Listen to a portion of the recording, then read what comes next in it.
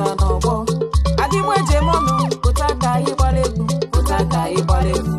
isege abịa n'ala Igbo Anambra welata abịa n'ala Igbo Imo welata abịa n'ala Igbo Ebonyi steeti welata abịa welata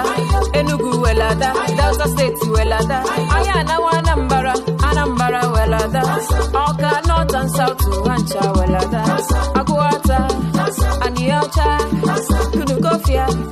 Ekwusigo Ayamelu Adanjikọta ihe ala